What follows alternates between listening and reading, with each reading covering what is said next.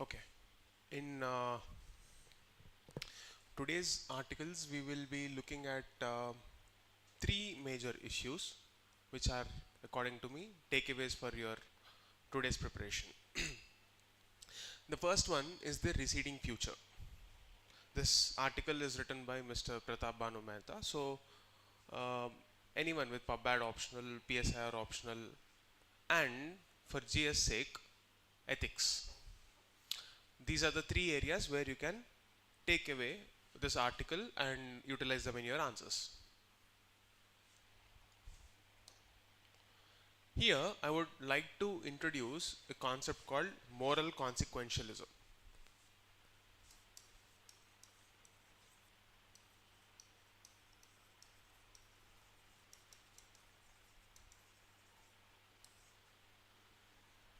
This article is about why the rhetoric or what the rhetoric is going to do for the future generations, and why is it like that, the what and the why. When I'm talking about moral consequentialism, what is the meaning of the word moral?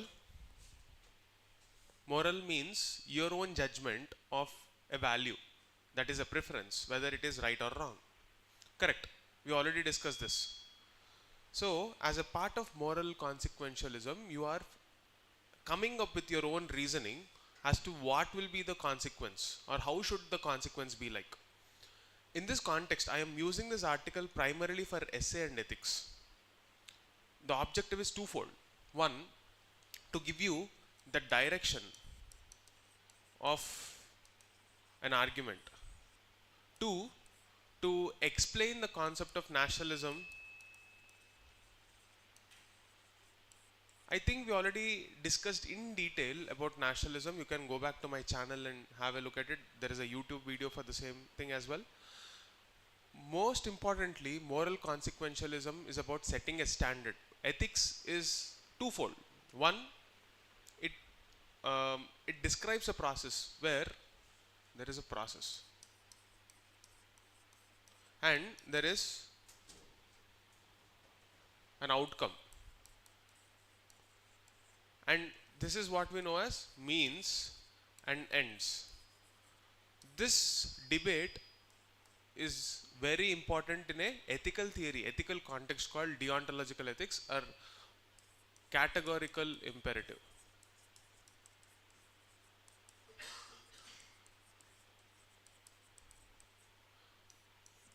This ethical theory called categorical imperative is deontological ethics, also called the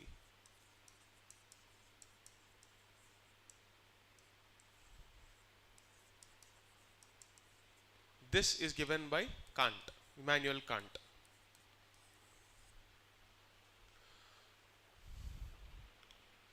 A quick background about this, anyone who does not have a context of ethics.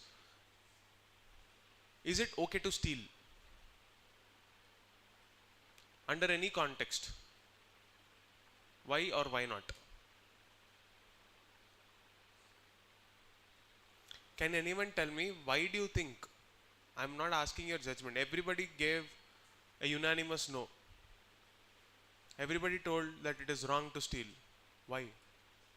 What is your reason? Is everyone coming up with the same reason? One person might say, I am scared that I might end up in jail. Otherwise, it's okay. The other person says that it is wrong. It's just wrong. Why? Why do you think it's wrong? So what? You are having it. Enjoy, na?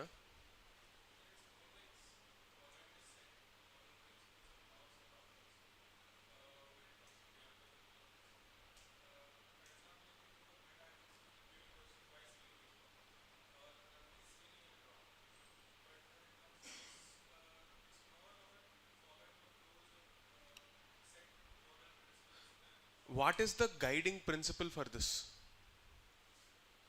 As in, you are setting a standard and leaving it on an autopilot mode.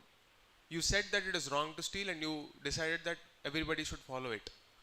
But what is the parameter or metric on which we came up with this ethical framework? What is ethical framework basically? It's like a conflict resolution tool. It's a standard operating protocol where law does not operate. You will pick up a framework and apply it in this to resolve a conflict. For example, you found a note, a 500 rupee note. If you found a 1000 rupee note, that's a different thing. But if you find a 500 rupee note and you know it belongs to someone else, what should you do now?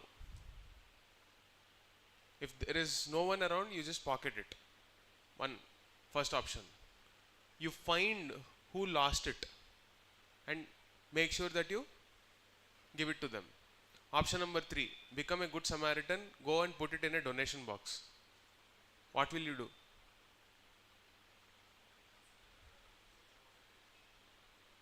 These 3 possibilities are there, and there is no right and wrong answer.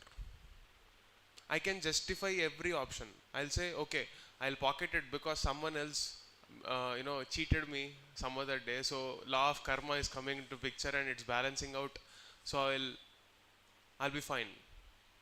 Option number 1. Option number 2, no, I'll be a very good person. I'll be the most honest, intelligent human being out there on earth. So I'll find that person, I'll give it back to them and feel good about it. Option number 3, you are like, you don't know what is right and wrong, and you don't want to debate about what is right and wrong. You put it in the hands of a person who needs it, or a donation. You think you have enough. Let's think about the less fortunate. All these 3 options are equally right in their own way. But what is the idea of justice which will keep the society stable? That principle needs to be resolved from a public service perspective.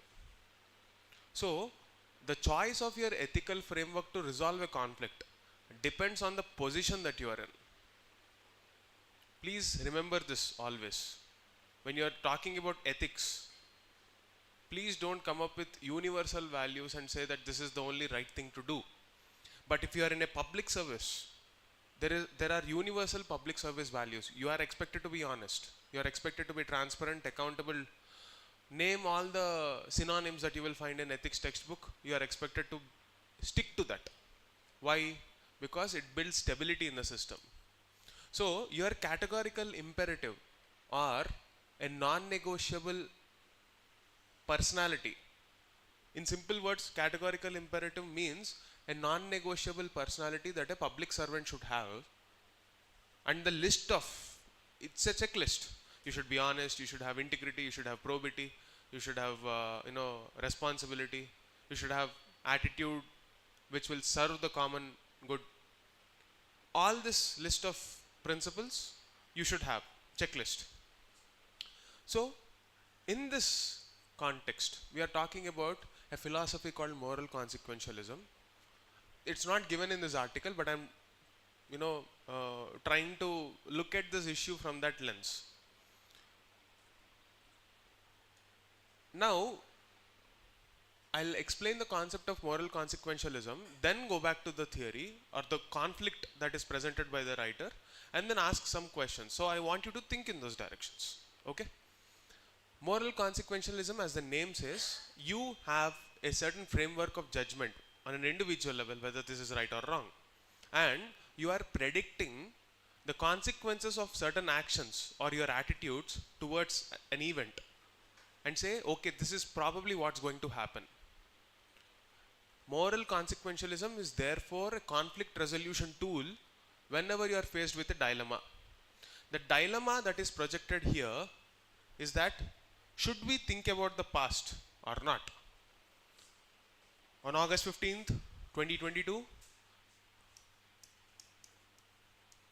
our Prime Minister from the Red Fort said that India should abide by Panch Pran, or 5 O's, if India were to step into a future where India becomes Vishwaguru, or we see an Amrit Kal, a period, 25-year period between 75th year of independence and 100th year of independence.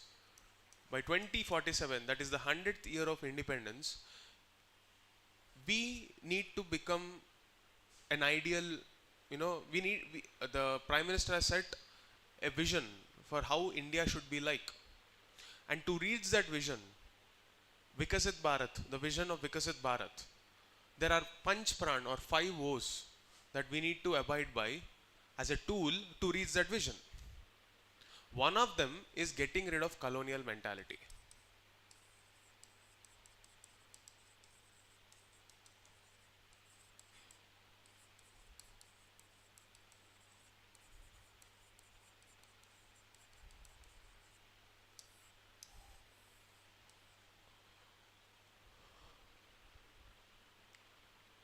Getting rid of colonial mentality. Now, tell me why you should get rid of colonial mentality, first of all.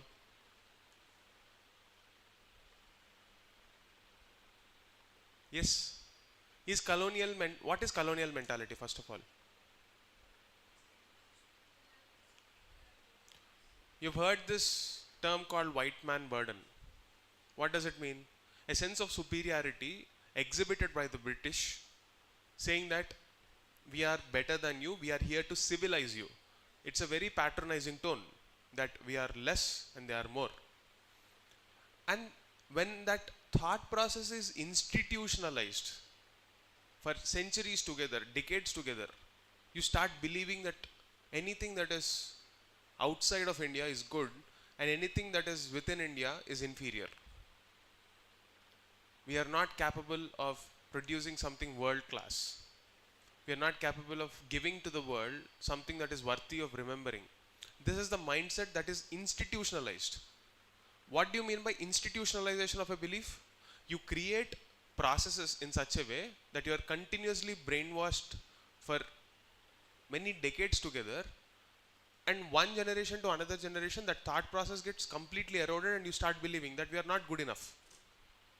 And that is the biggest tragedy of India today. I mean, he did not say that, I am saying, Prime Minister did not say that. It's just an extrapolation. Like, if someone asks, what is the biggest problem of India? I would say lack of self-confidence. Correct. If that is fixed, just about everything can be fixed. And a major extrapolation from the thought that our Prime Minister spoke, getting rid of colonial mentality, that only someone who can speak good English, only someone who can dress up like a Westerner is good enough. And anyone who embraces Indian values is inferior. That this thought process is institutionalized at every step. It begins with universities. Even the so-called liberal universities exhibit, there is a schism, there is a difference, there is a fracture in the society, and it starts from universities. Take a case of many national universities. If an education setup is a place where the haves and the have-nots come together, exchange their ideas, learn from each other, have an exposure into what the life can be and what life cannot be from the other side, don't you think that's a place where entire philosophy of how India should be like going forward, don't you think that's the place where everything is nurtured? But unfortunately, the same institutions are breeding this divide, are actually reinforcing this divide. And therefore, it's not just a wish list for economic growth, but it's an identity battle. Why is identity important? Because in a very practical sense, if you do not exert your identity, you become invisible. And if you are invisible, that's the greatest tragedy of human life, because you are not getting an opportunity to explore and express your potential. With that context, let's understand this moral consequentialism, getting rid of colonial mentality, and the main problem that is discussed here. The writer has a problem with the fact that the methodology deployed to get rid of this colonial mentality is to relook at our history. That's definitely needed. That part is fine. Looking back, because our identity has its genesis in how our civilizational values, meaning, let's say for example, if you take puja for example, you see some similarities. For example, how do I put it? Take the example of Ganga Harati and Brahmaputra Harati. Both have same procedures, but the offerings as a part of that procedure are different. Let's say in Kashi or Varanasi, you would witness certain kind of flowers and the local flora and fauna. But when you institutionalize that thought that only this should be used because this is popular and something else is not so popular, that creates a divide. Let's say for example in Brahmaputra Arati in Assam, there you are offering some elements which are not found in Varanasi. And actually this has been a conflict way back in 2017, somewhere around that time. Brahmaputra Harati and Namami Brahmaputra, that was a campaign. Namami Gange, Namami Brahmaputra. There was a controversy around this, where you are trying to impose a majoritarian ideology or a way of living on a minority, and this gets institutionalized because of whatsoever reason, because of the concept of power. And institutions are designed in such a way to maintain that status quo. So for that purpose, you need to relook at the history. Clear? Why do you study history? To observe how patterns are the tools which control power.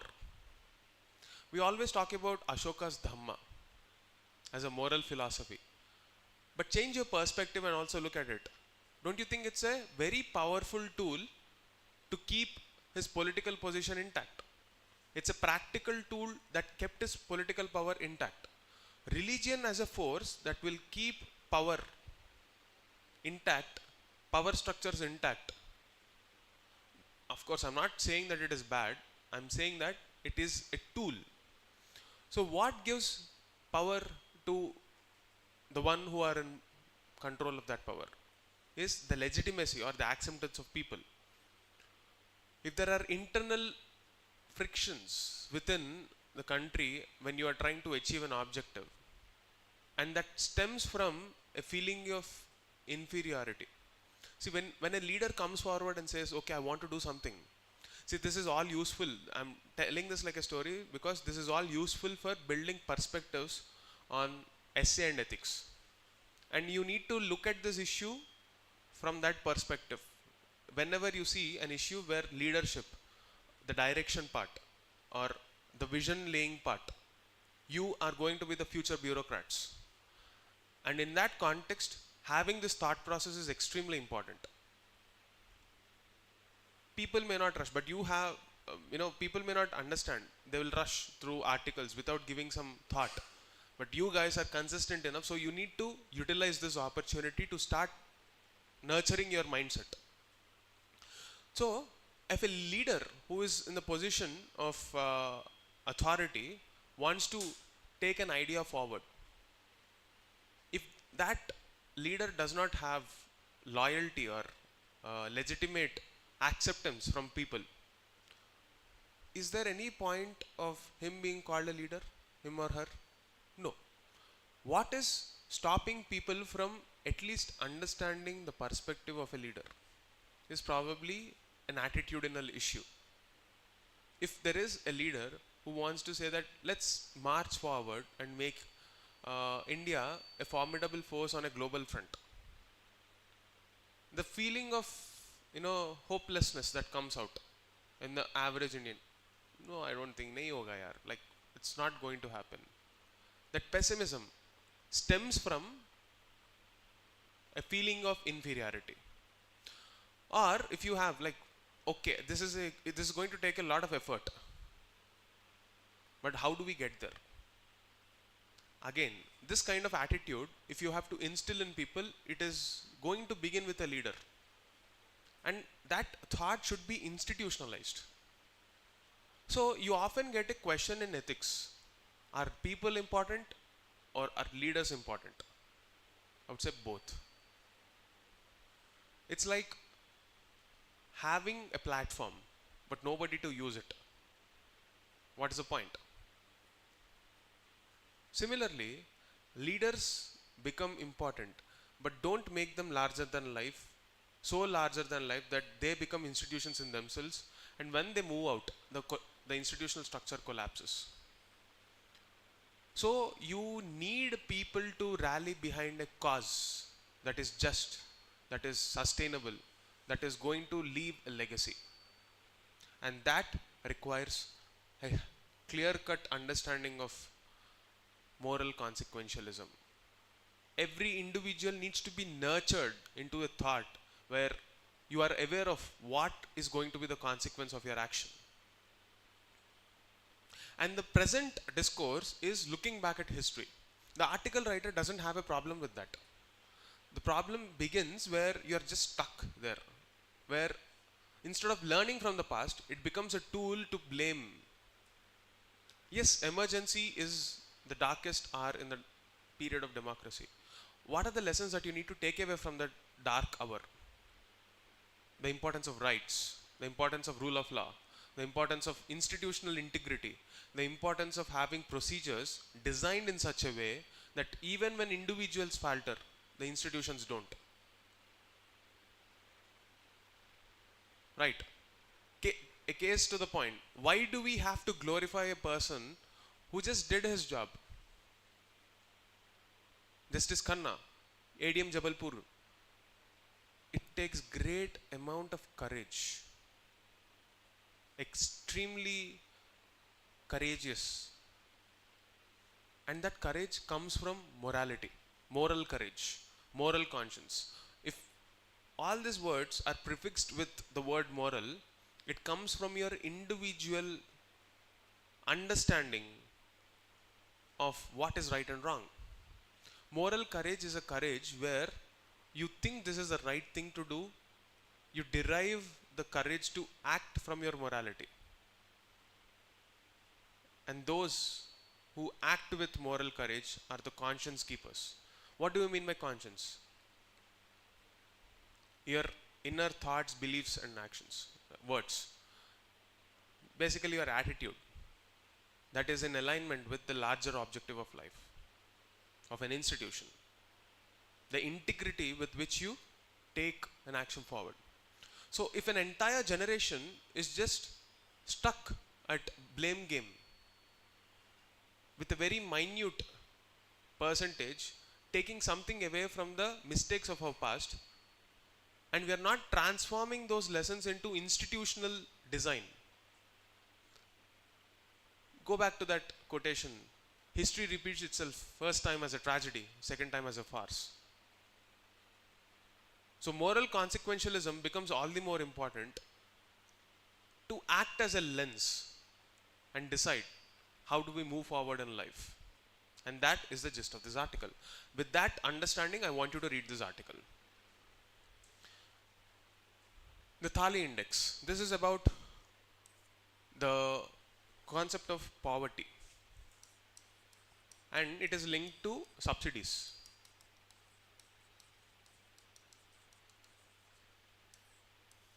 Did you go back and have a look at budget yesterday? Budget. Did I give you a homework yesterday? What is the homework? What is budget? See, if you are not doing your homework, what's the point?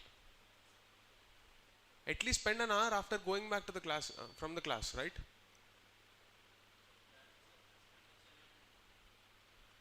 Where do you find that in the constitution? You don't. Budget is not mentioned in the constitution. Annual financial statement. What are the three documents placed under the budget?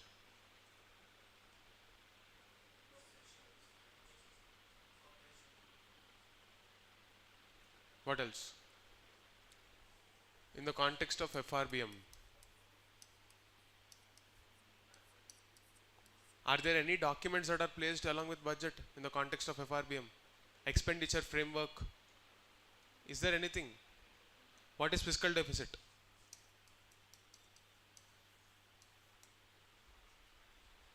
What is the target of fiscal deficit? Who sets it? On what metrics? What is FRBM in the first place? Fiscal? What do you mean by responsibility? Fiscal responsibility. Your accountability framework to not borrow more than your awqat, basically. How much is that? 4%? Is it the same after COVID? Is there any revision? Or is there any, that's for inflation targeting. Plus or minus 2 is for inflation targeting. Go back and check. Yes. See guys, if you are not doing your homework, you are not utilizing this opportunity well. It's up to you. If you do this activity, you will clear prelims comfortably. Otherwise, you will struggle. Do you want to leave things to chance? It's up to you. Nothing can be spoon-fed unless you actively participate in doing the homework. Just consider that you are here for a 5-year plan. You don't deserve to clear prelims if you can't, learn the skill of interlinking different things. See, 70% of your work is done. When a large context, like the way we are going about newspaper classes, is not summary, telling you the background on a daily basis, asking you to go back. This is a lot of work taken away from you. Make this a habit, otherwise you will not clear prelims. Take it for granted. I'm not trying to scare you, I'm describing the reality of your future. Do your homework on a daily basis. There is a concept called synaptic pruning. Go and read it. You will understand how learning is done. It is not taught in class. The role of a teacher is no longer to give information alone. It is to give a direction. Unless your mind is actively involved, you do not stand a chance in this competition. Okay? Consider this to be the last time I will be telling you something. It's up to you. Your future is at stake. Tally index. When I'm talking about this Tally index, I'm talking about the concept of how to rationalize subsidies. I am expecting that you go back and finish this budget, annual financial statements, FRBM, subsidies. What is the order in which the government has been historically allocating subsidies for different segments? Food subsidy, fertilizer subsidy, fuel subsidy. What is the order? Increasing, decreasing order. There is pattern, there is trend. What is the difference between pattern and trend? Know all of this. And these are not something that needs to be taught in the internet era. Go and do your work. Involve yourself in that activity. That is when you will understand. So without understanding this concept, what can I explain? You will not be able to appreciate the context completely. Let's say, if these components are taking up huge money away from our exchequer, let's say in your purse, you are spending that money just to make sure that people are surviving. Is that an ideal way of living? No. But can you stop it? Again, the answer is no. Why is the situation like this? How do we get to the root of the problem and fix that from the root? Isn't that the thought process we should all be involved in? There are two ways to look at an article or any issue. Either you become someone who is a parrot, just by heart whatever is given, accept it and move on. Or probe further, look at the root of the issue and see as a matter of philosophy how to fix that. The second category of people are more likely to clear this exam. And people will realize that through an iterative process across many attempts, many multiple attempts, and then finally realize that okay, I have internalized the process. Only when you understand things you will clear this exam. Otherwise you don't deserve to be in services, because you can't solve problems. The faster you realize and change your attitude, it doesn't matter how we were taught in our schools.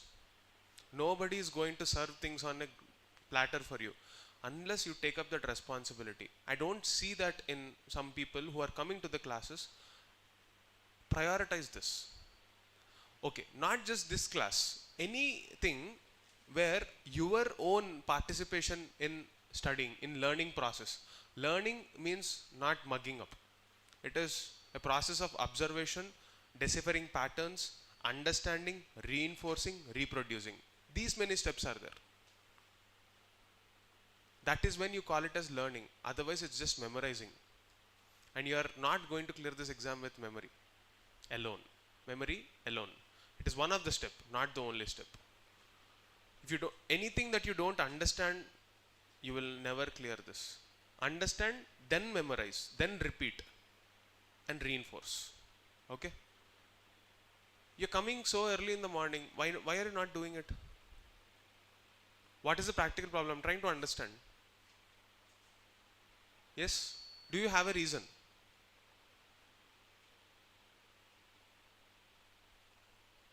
What is happening? Just tell me. Why are you not able to do it? Because you guys are consistent. Yes, Bhargav? What's your answer? No time? You will be left with reasons. Don't give reasons. Just do it. Anything, any subject, more than the classwork, homework that you do, you sitting with yourself and participating in that idea, you never know, you can come up with much more wider ambit than what I'm giving. Why should you stop at whatever I'm giving? I am passing on the information. And that's just about it. You should go one step forward and take up responsibility for your own stuff. And it's disappointing if you're not doing it. Please do it. Okay? So this entire article, Thali Index, is about an outcome. What is that outcome? To make nutritious food accessible. This country needs nutritious food, not just food security, nutritional security. And food is a non-negotiable component of human beings' life. Nutritious food, all the more important, primarily because it is linked to the concept of health. In today's world, where there is an intersectionality of vulnerabilities, I already explained this word, intersectionality of vulnerabilities, so I'm not repeating it again. People have many burdens, multiple burdens. Let's say, for example, one burden is people not having access to food. The second burden is people not having access to job. Third one, people not having access to job because they are from a particular caste. Fourth one, to that caste add gender. Fifth one, to that add another vulnerability like physical disability. Fifth one, add old age. Imagine the plight of an old-aged woman, handicapped, without social support, without state support, without any pension, without access to food. Helplessness. And there are many people like that. Don't treat them as a burden. They are state's responsibility. Because only when you keep even if you are a pure businessman kind of a person, a human resource is useful only when that resource is happy, in a very reasonable limit. You are healthy, happy, everything is taken care of, you are useful to that company. Otherwise you are not. Even that utilitarian perspective, the worst case scenario, is also telling you to do the same thing. The highest ideal, let's say an ideal where you're talking about constitutional values, or even beyond that, you're talking about Ramarajya, an ideal state where you don't even need a government because everyone is an epitome of values and ethics. Even in that state, you can't ignore these people, right? So coming back to this article, why we are talking about this is because of the methodology of poverty estimates.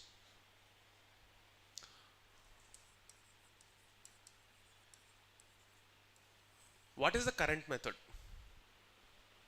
Let's say I will try to look at the market and say, if a person has some X rupees, then that person is not poor. Below that, then that person is poor. In a country like India, where agriculture is dependent on monsoon, do you think the market and the government subsidies will respond to monsoons? Let's say the government fixed a subsidy of 1 rupee per kg or 2 rupee per kg rice, 3 rupees for wheat, or whatever is the number. Suddenly there is a wheat shortage. Now what? You have subsidy on paper. It is not reaching you on time. What's the point? Okay, you gave rice subsidy, but there is no cooking fuel. You are, lighting fire stick, fire through wood. That is causing indoor pollution. Just to survive, you are getting cancer. Is that desirable? You are saying, I will give you subsidy for gas connection. Okay, that's fine. But you gave a gas subsidy, and on the other hand, there is either unavailability of food or it becomes too expensive. Inaccessibility and unaffordable. And therefore you are saying, I'll continue the subsidies. They do not respond to the periodic changes. Budget happens once in a year. Markets fluctuate on a daily basis. How do you fix this mismatch? Because the intended objective after a subsidy is given, if that is not met, what's the point? So we need something called outcome based budgeting.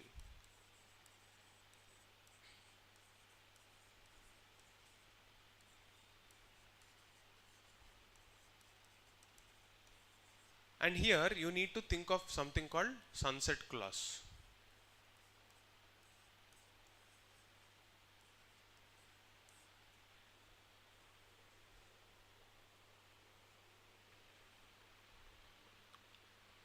If an intended scheme is not delivering the result for a particular period of time, for a cut-off date, you need to stop that scheme, redesign or stop.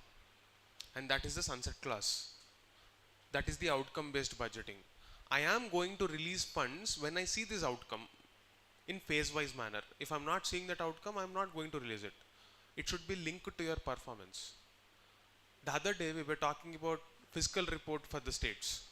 How to fix the fiscal report for the states is the progress card of states.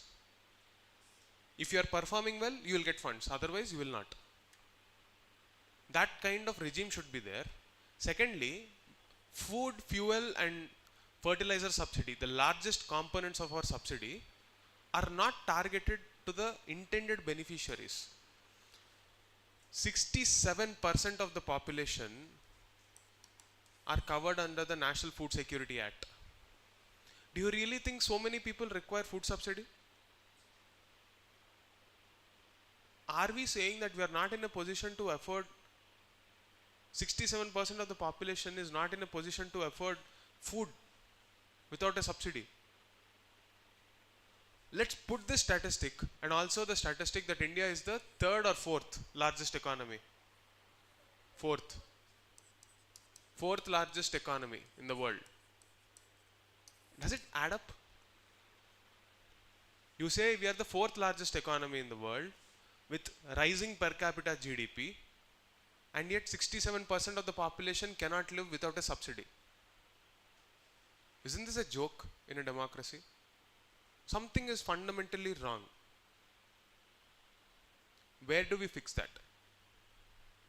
This example, this is the size of the cake of Indian economy, and 90% of it is coming from the top 5% or the top 10%. Then as a structural problem, we have to examine why there is inequality, and the money that is spent here for redistribution of food is not empowerment. It's bare minimum survival. And this is the policy imagination of independence era. And if we are still stopping at redistribution alone to empower people, what is the quality of life we are promoting in this Amrit Kal towards Vikasit Bharat? This is a question that we need to ask. For that purpose, we have something called the Household Expenditure Survey, which we spoke about the other day, which is going to reshape the narratives with real-time data. And now we are no longer fixing the poverty line based on a fixed parameter. Rather, we would go by this Household Expenditure Survey and adjust accordingly. And the reason why we are talking about a thali is because a thali has all the components. We are not just giving rice, we are not just giving wheat. That's impractical because no single human being can just cook rice, eat. And yet there are people who are just surviving like that. The future generations do not have access to proper food, despite having programs like ICDS and midday meal scheme in the schools, primarily because there are multiple vulnerabilities that are impacting them. The kid wants to go to school, but he cannot survive without working. And this is the greatest problem we need to fix. That can happen with a simple fix like Household Expenditure Survey. We are looking at the cost of a thali and mapping it to Household Expenditure Survey to cut down our subsidies and better target them for better outcomes through outcome-based budgeting with a sunset clause. And that should be the way forward. I mean, I restructured the points given here, and I'm giving you a solution orientation. We can discuss further. If you disagree with this, why? That is how I want this class to be, but just don't take information and leave it at that. Okay?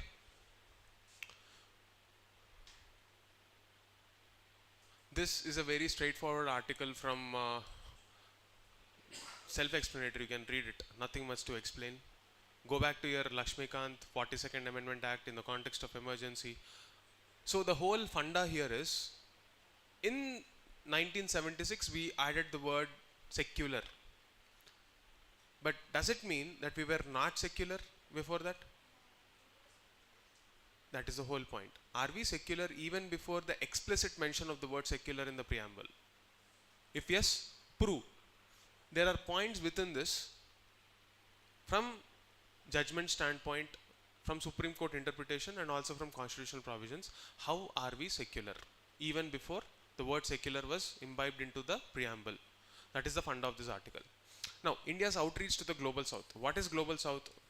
Let's say this is the globe, and everything to the south of the equator has underdeveloped countries and developing countries which do not have a collective voice.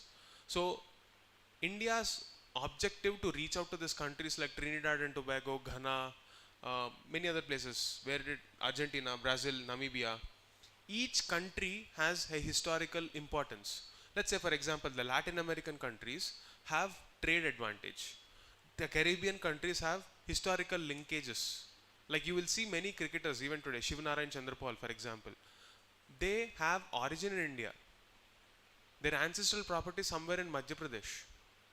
Many people who are residing in these regions have their ancestral origins in India and they went to those countries as indentured labor, contract labor, and their generations settled there and became a part of those countries. Why is it important to re-establish these ties? Something called soft power diplomacy. What is soft power? A feeling of an emotional connection because of some similarities, which India wants to, or any country wants to leverage, because it reduces the friction in negotiations. You don't enter into a negotiation with a feeling of bitterness and anger. You are entering into a negotiation with a perspective of resolving the conflict and moving forward to maintain that healthy relation. Soft power diplomacy is that grease which eases those talks. Anything else? That's it, I think, for today's articles. That moral consequentialism article from ethical standpoint is the most important article for the day. The whole debate around it, go back, read it, fix your homework that I gave you yesterday about budgets, subsidies. Go to your standard textbooks, read about the chapter on subsidies, and then come back, see what you can do. That is the homework that I'm expecting from you. Okay? See you guys.